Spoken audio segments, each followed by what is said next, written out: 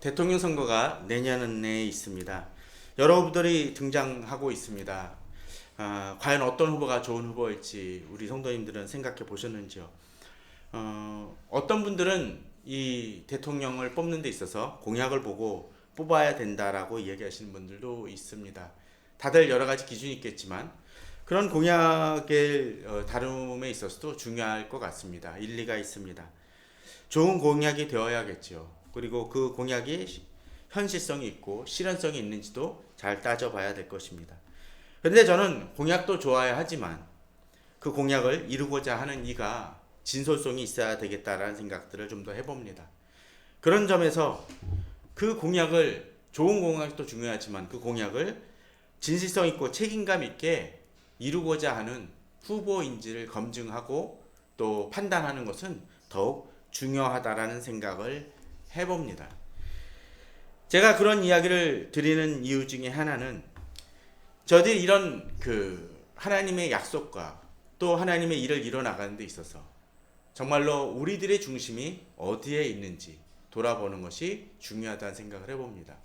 특별히 이렇게 추수감사주일이나 또는 성탄절에 성탄절 예배를 드릴 때 우리들은 하나님을 찬양하고 추수감사절에는 감사를 드리고 또 성탄절에는 주께서 오심을 기뻐한다라고 찬양을 하지만 정말로 그 안에 우리들의 진솔성이 없다라면 우리들의 진실성이 담겨져 있지 않다라면 그 추수감사 예배가 하나님께 과연 하나님께서 받으실 만한 예배이고 감사인지는 우리가 한번 돌아보아야 될 것입니다. 사실 그런 점에서 우리가 지금 추수감사 주일 예배를 드리면서 정말 우리가 제대로 감사를 드리고 있는지 또는 우리가 감사를 드리는 이유가 무엇인지를 생각해 보아야 할 것입니다. 어떤 때 그냥 우리들이 기도 제목이 응답되어진 그런 것만 생각을 한다라면 그건 당연히 감사해야겠지만 어떤 때 당장 응답되어지지 않을 때에도 그런 무조건 하나님이 내게 응답하지 않았으니까 감사하지 말아야 될 것인지 그런 부분도 우리에게 중요한 판단 기준이 되어야 될 것입니다. 자, 그렇다면 오늘 시편 147편에서는 어떻게 어떤 이유로 하나님께 감사하는지를 좀 돌아보았으면 합니다. 오늘 10절을 한번 보도록 해보겠습니다. 10절에 보게 되면 그렇게 얘기를 합니다. 여호와는 말의 힘이 세다 하여 기뻐하지 아니하시며 사람의 다리가 억세다 하여 기뻐하지 아니하시고 라고 되어 있습니다.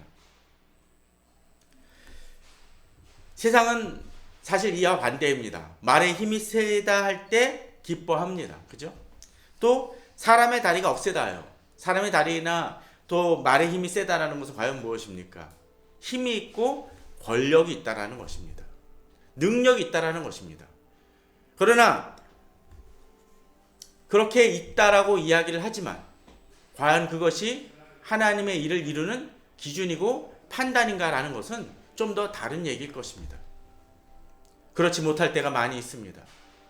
세상에 그저 교회가 크고 또 사람이 돈이 많아서 무엇인가를 판단한다라고 생각이 되어진다라면 또 그것을 이룰 수 있는 힘이 있다라고 생각이 되어진다라면 우리는 그것이 아니라는 것을 하나님의 관점에서는 아니라는 것을 우리는 보아야 될 것입니다.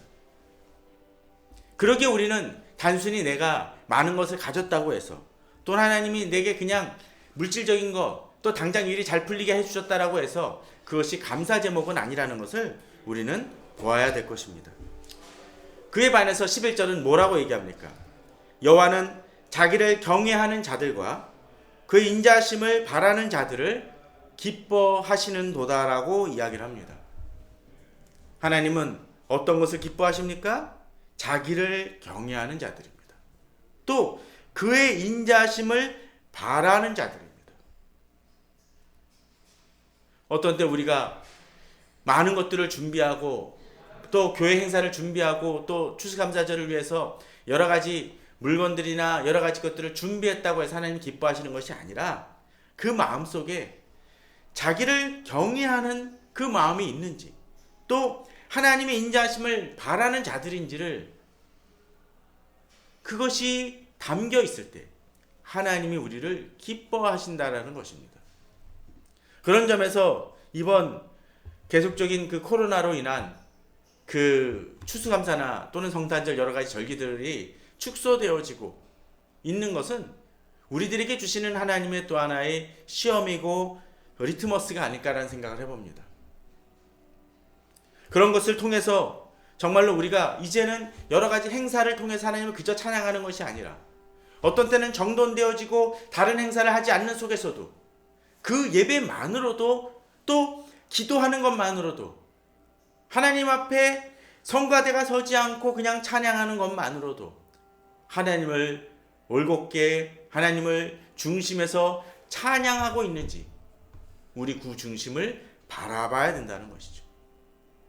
본문은 얘기합니다. 자기를 경외하는 자들입니다. 우리가 예배드릴 때 하나님을 경외하는 마음이 우리에게 있느냐 하는 것이죠. 또한 그저 내 힘이나 내 팔의 힘, 내 말의 힘, 내 사람의 다리가 아니라 인자하심, 곧 주의 인자하심이 없이는 우리가 살아갈 수 없는 존재임을 고백하는 자이지. 오히려 그러한 마음을 가졌을 때 우리가 드리는 예물은 적고 우리가 하나님 앞에 드리는 행사는 적을지 모르지만 별로 없다 할지만 그렇다 할지라도 하나님은 우리를 기뻐하시고 우리를 흠양하시고 우리를 어여삐 여기신다라는 것을 우리는 보아야 할 것입니다. 그럴 때 하나님께서는 역사하십니다. 그럴 때 하나님께서는 우리를 도우십니다. 이제 12절은 한 걸음 더 나아갑니다. 예루살렘아 여호와를 찬양할지어다라고 얘기합니다. 또 시온아 내 하나님을 찬양할지어다라고 얘기합니다. 바로 그런 중심, 자기를 경외하는 자들, 또 여호와 인자심을 바라는 자들의 그 찬양을 하나님의 받으심을 본문은 보여준다라는 것입니다. 저는 우리들의 찬양이 그러길 바랍니다. 비록 악기가 없고 여러 가지 어떤 때는 좋지 않은 환경 속에서 예배를 드린다 할지라도 우리 중심이 하나님께 드려질 때 하나님은 우리의 찬양을 받으십니다. 그런데 하나님께서는 이러한 이들에게 주시는 축복을 본문에서 보여줍니다.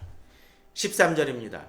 그가 내 문빗장을 견고히 하시고 내 가운데 있는 너희 자녀들에게 복을 주셨으며 라고 되어 있습니다. 자, 앞서 10절에서 어떠했습니까? 말에 힘, 또 사람의 다리가 억세고 힘이 있을 때 우리는 세상적으로는 힘이 있고 우리가 안전하다고 생각을 합니다. 그런데 하나님은 그것을 기뻐하지 아니하신다고 하셨죠. 그런데 본문 속에서 하나님은 그것은 기뻐하지 않으신데 우리를 위해서 어떤 일을 행하십니까? 비록 말의 다리나 말의 힘이 없다 할지라도 하나님은 우리 문빗장을 우리가 아니라 하나님이 견고히 하신다는 것입니다. 아무리 좋은 그 보안 시스템을 가지고 있다 할지라도 방범 시스템을 가지고 있다 할지라도 문빗장이 그냥 열려 있다라면 그 세콤이 풀려 있다라면 그 집은 안전합니까? 아무나 들어올 수 있습니다. 좀도둑이라 할지라도 언제든지 들어올 수 있습니다. 지나가는 사람도 그냥 문을 열고 들어올 수 있습니다. 그런데 어떻게 해요? 하나님이 그것을 견고히 하심을 통해서 대적들이나 어떠한 것들도 쳐들어오지 못하도록 막아주신다는 것입니다. 그럴 때 우리는 안심할 수 있습니다. 비록 내가 가진 것이 없다 할지라도 안심할 수 있습니다. 제가 자주 얘기 드리지만 롯이 소돔과 고모라의 그 성벽 속 안에 있었지만 그는 대적들에 의해서 침공을 당하고 잡혀가기도 합니다. 또 심지어는 하나님이 내리신 징벌로 인해서 그 안전하다고 생각되는 곳에서 떠나 조그마한 성에 기거해야 되는 비참한 지경까지 추락을 했습니다. 그에 반해서 아브라함은 어떠했습니까? 아브라함은 그저 그냥 장막 안에 살았던 사람입니다. 어떤 성벽이나 그런 것들이 없었던 사람입니다. 그런데 그럼에도 불구하고 하나님이 지켜주십니다. 하나님이 지켜주시는 것만이 아니라 어떻게 행하셨습니까?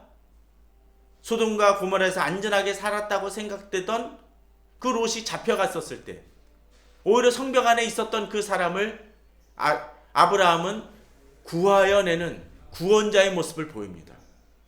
우리는 다른 관점 속에서 보아야 됩니다. 또한 본문은 뭐라고 얘기합니까? 내 가운데 있는 너의 자녀들에게 복을 주셨으며 라고 되어 있습니다. 지난주 우리는 그 수능고사가 있었던 것을 알고 있습니다. 뭐 어디 그 외신에 보니까 그런 얘기를 하더라고요. 한국의 시험은 세계에서 가장 어렵고 힘든 시험이다 라고는 얘기를 들었습니다. 8시간 동안 매어 달리니까 그럴만 하겠죠. 또 그런 것도 보았습니다. 영국의 아주 엘리트인 고등학교 학생들을 여러 명 모아놓고 우리나라 영어 시험을 풀게 했다고 합니다. 그랬더니 이 학생들이 이거 누가 낸 거야? 이런 문제들이 어떻게 나올 수 있어? 이게 어떻게? 지문만 읽는데도 한참이 걸리는데 이걸 어떻게 풀어? 라는 얘기를 했다고 합니다. 아마도 학부모님들은 그로 인해서 안타까워하고 또 지금은 애가 끓는 분들도 많이 있을 겁니다. 어쩌면 그것으로 인해서 힘들어 하시는 분들도 많이 있을 것입니다. 그 아이들이 잘 되게 하기 위해서 엄청난 과외비를 동원한 분들도 있고 또 이 아이들이 어떻게 하면 잘 될 수 있을까 고민도 하고 또 이렇게 여러 가지 범죄도 많은 세상 속에서 우리들의 아이가 안전할까라는 고민도 합니다. 그런데 오늘 본문은 뭐라고 얘기합니까? 내 가운데 있는 너희 자녀들에게 복을 주셨으며 라고 되어 있습니다. 나의 자녀들에게 하나님이 복을 주신다는 것입니다. 그런데 저는 갑자기 내 가운데 있는 너희 자녀들이라는 얘기를 그 구절이 마음에 확 와닿았습니다. 내 가운데 있는 너희 자녀. 아니 자녀니까 당연히 우리 안에 있겠죠. 그런데 어떤 때는 우리 가운데 없는 자녀도 있겠다 싶은 생각도 듭니다. 그건 뭘까요? 이 믿음의 사람이 하나님의 믿음 안에서 세워나가는데 그 믿음 바깥에서 살아가는 자녀들이 종종 있습니다. 교회 직분을 가지고 오랜 신앙생활을 했지만 아이들을 신앙 안에서 키우지 못하는 분들도 있습니다. 물론 노력했음에도 안 되는 경우들도 있지만 또 그냥 방치하고 그냥 세상 방법으로 키우시는 부모님들도 있습니다. 비록 우리 자녀가 어떤 때는 내가 열심히 기도하고 돌봄에도 불구하고 신앙 바깥에서 방황하는 듯이 보인다 할지라도 우리가 기도의 끈을 놓지 않고 이 아이에 대한 주님의 간절함을 놓고 기도하는 이라면, 기도하는 부모라면 분명 그 자녀는 바깥에 있는 자녀가 아니라 우리 가운데 있는 자녀일 것입니다. 자녀들이 잘 되길 바라십니까? 복 받기를 원하십니까? 저는 우리 자녀들을 믿음 안에서 키우시는 부모님들 되시길 바랍니다. 또 자녀들도 그것을 놓지 마시기 바랍니다. 그럴 때 하나님이 역사하시고 복을 주십니다. 어떤 때 아직은 부족하고 또 여러 가지 방황하는 듯이 보인다 할지라도 하나님은 그 자녀들에게 복을 주실 것입니다. 또한 14절에서는 내 경내를 평안하게 하시고 라고 되어 있습니다. 경내는 무엇입니까? 마치 이 구역을 정해놓은 곳입니다. 옛날에 땅 따먹기 같은 거나 그런 거 해보신 분들 있죠? 해면 이렇게 준을 쭉 그으면 어떻습니까? 그 땅은 내 땅입니다. 그죠? 요새는 그런 거 없지만 책상이 다 떨어져 있지만 옛날에 저희 어렸을 때 책상은 어땠습니까? 둘이 한 명 짝을 이룹니다. 그러면 애들이 그렇습니다. 이 선 그면 선 긋죠? 이 연필 깎는 칼로 이렇게 해가지고 줄을 팍 파놓습니다. 그리고 이제 여기 선 넘지 마라고 이렇게 다투죠. 지우개가 너무 어떻습니까? 좀 심한 애들은 칼로 확 잘라버립니다. 이건 내 거야. 그런데 하나님이 우리를 그렇게 지켜주십니다. 경내를 평안하게 하시거라고 되어 있습니다. 이 경내는 어떤 의미에서 여러 가지 의미가 있다고 생각이 됩니다. 마치 우리 가정을 이루고 있는 그 경내입니다. 또 하나 뭐가 있을까요? 우리가 직장생활 속에서도 그 경내가 되어질 것입니다.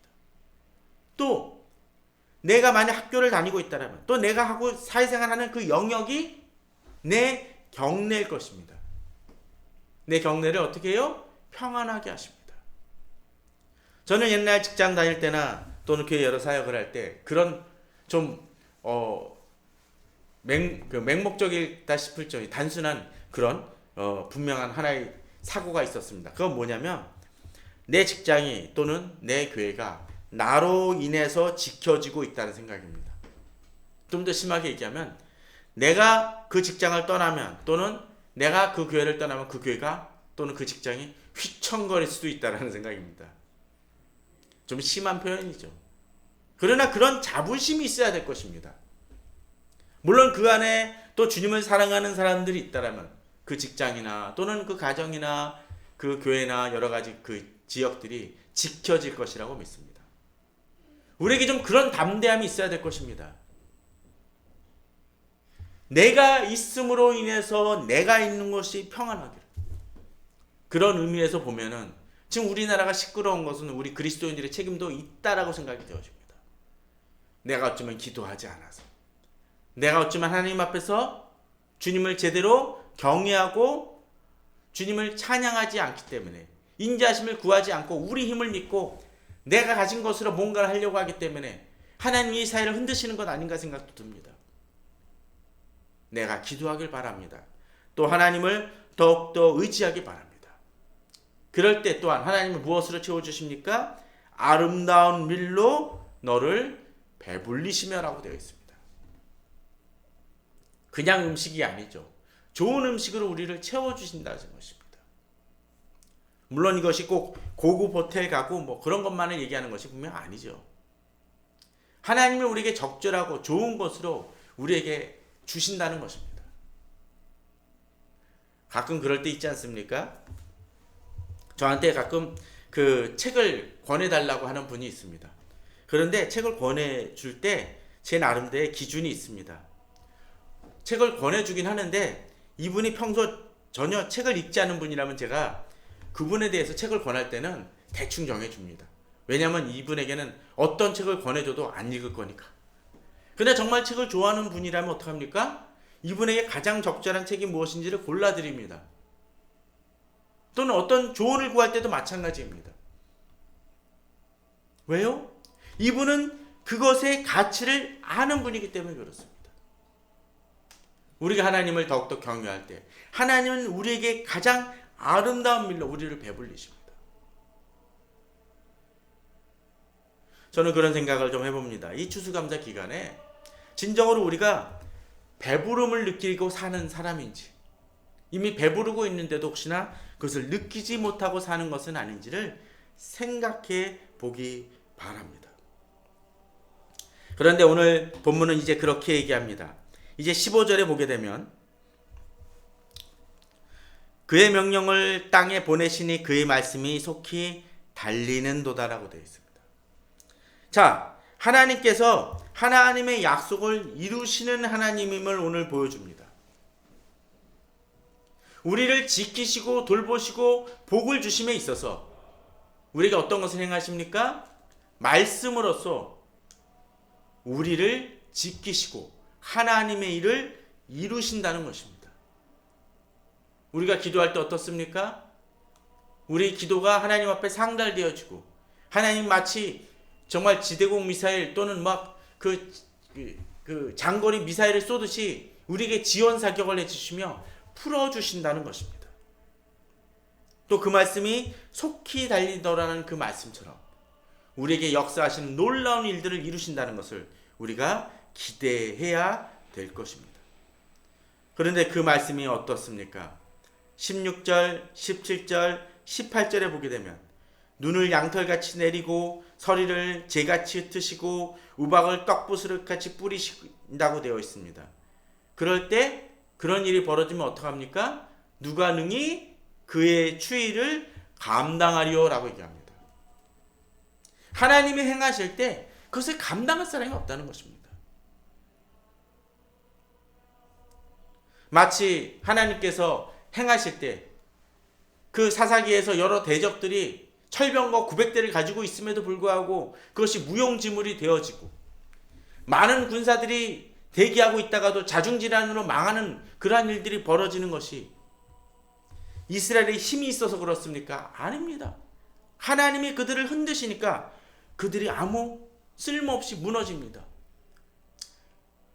바로의 수레가 달려가며 이스라엘을 쫓았지만 이스라엘은 갈라진 홍해를 무사히 건넜지만 그들은 어떻습니까? 그 홍해물이 덮쳐서 그들이 몰살당하고 맙니다. 하나님이 행하실 때 세상에 가진 말의 힘이나 사람의 다리나 권력이나 부는 아무 쓸모없이 된다라는 것을 우리 본문은 보여줍니다. 자, 그렇지만 또 18절에서는 그의 말씀을 보내사 그것들을 녹이시고 바람을 불게 하신즉 물이 흐르는도다라고 되어 있습니다. 세상을 그렇게 막으시지만 또 그것을 푸시는 분이 누구십니까? 바로 하나님이심을 오늘 본문은 보여주고 있다는 것입니다. 그런데 그렇습니다. 이 말씀이 믿지 않고 하나님을 알지 못하고 주를 경외하지 않는 이들에게는 이 말씀이 그들에게는 축복이 아닙니다. 그러나 하나님의 말씀을 따르고 경외하는 이들, 그 인자심을 바라는 이들에게는 축복의 말씀이라는 것이죠. 마치 그런 것입니다. 재판을 하다가 이제 그 재판관이 판사가 판결문을 낭독을 하죠. 근데 선고를 내리면은 반응이 두 가지가 나옵니다. 어떤 반응이 나타납니까? 한쪽은 이긴 쪽에서는 이겼다라고 승리를 외치고 또 한쪽에서 실패하면 어떻습니까? 한쪽에서는 한탄과 억울함이 나오기도 합니다. 판결문이 다릅니까? 같은 판결문입니다. 같은 판결문이지만 한쪽에는 어떠해요? 승리의 기쁨을 안겨주지만 한쪽에는 슬픔과 좌절을 안겨줍니다. 이유가 무엇입니까? 어느 쪽에 속했냐라는 것이죠. 19절에 그가 그의 말씀을 야곱에게 보이시며 그 율례와 규례를 이스라엘에게 보이신도다라는 것은 곧 하나님을 경외하는 자, 하나님의 인자하심을 바라는 자들에게 하나님의 말씀을 주시고 또 그 말씀이 우리들에게 다른 사람이 아니라 우리에게 적용된다는 것입니다. 성경에 많은 우리에게 힘을 주는 구절, 우리들이 너무나 잘 알고 사용하는 내게 능력 주신 자 안에서 내가 모든 것을 할 수 있느냐라든지 그 작은 자가 천을 이루겠고 그 약한 자가 강국을 이룰 것이라는 그런 구절들이 누구에게 적용됩니까? 바로 믿는 우리들에게 적용된다는 것입니다. 그러나 20절입니다. 그는 어느 민족이도 이와 같이 행하지 아니하셨나니 그들은 그의 법도를 알지 못하였도다. 이것은 어떤 것을 의미합니까? 세상이 바로 그 하나님의 약속을 알지 못한다는 것입니다. 물론 성경을 읽은 이들도 있을 것입니다. 그러나 그들이 하나님을 경외하지 않기에 하나님 인자하심을 바라는 이들이 아니기에 하나님께 예배드리는 이들이 아니기에 그 하나님의 축복이 그들에게는 해당되지 않는다라는 것이죠. 우리가 어떤 때 아파트 임대권이라든지 여러 가지 행복주택이라든지 그런 걸 신청할 때 어떻게 행합니까? 이 규약을 통해서 내가 해당이 되는지 안 되는지를 분명히 따집니다. 그죠? 안 되면 어떡합니까? 그 요건을 맞출 수 있는 서류를 갖춰야 된다면 그 서류를 갖출 것입니다. 하나님의 축복도 바로 그것입니다. 우리가 진정으로 그 자격이 있는지를 돌아봐야 될 것이고 진정으로 우리가 하나님의 그 자격이 해당되는 일이라면 이 약속은 반드시 우리 것이 되기 때문에 우리는 그 약속을 붙들고 나아가게 됩니다. 오늘 추수감사주일입니다. 우리가 이 추수감사주일이나 이런 걸 할 때마다 제가 가끔 그런 얘기를 했다고 했었죠. 추수감사가 되려면 뭐가 전제되어야 됩니까? 추수가 전제되어야 된다는 얘기를 했습니다. 근데 한 가지가 더 전제되어야 될 것입니다. 만일 내가 추수를 하려고 여러 밭에다가 막 뿌렸습니다. 근데 그 밭이 내 밭이 아니야. 그럼 소용이 있습니까? 없습니다. 우리는 하나님의 자녀이기에 하나님이 우리에게 주신 밭과 영역 속에서 그 지경 속에 우리가 뿌리고 거두는 것입니다. 우리가 땅을 가진 자라는 것을 기억해야 될 것입니다. 어떤 때 그 땅이 내가 제대로 돌보지 않았다 할지라도 하나님의 내 의식하고는 상관없이 하나님의 말씀이 싹을 내서 뭔가 열매를 맺었다면 그것만으로도 우리의 추수가 될 수 있고 또 우리에게 주시는 축복이 될 수 있습니다. 물론 열심히 노력해서 제대로 거둬야겠지만 말이죠. 그게 최선이겠지만 말이에요. 오늘 이 추수감사주일 혹시라도 아직도 내게 미진한 부분이 있고 부족한 부분이 있고 하나님 보시기에 바르지 못한 부분이 있다 할지라도 거기에 대해서 포기하지 마시고 하나님을 바라보시며 다시 주님을 경외하며 또 주의 인자하심을 바람으로써 주께서 주시는 축복을 누리는 우리 성도님들 되시길 바랍니다. 문빗장이 견고해지고 내 가운데 있는 자녀들이 복을 받으며 내 지경이 진정으로 평안해지는 그 놀라운 축복이 이 추수감사주일 우리 성도님들에게 임하기를 주님의 이름으로 축원합니다. 다 같이 기도하시겠습니다.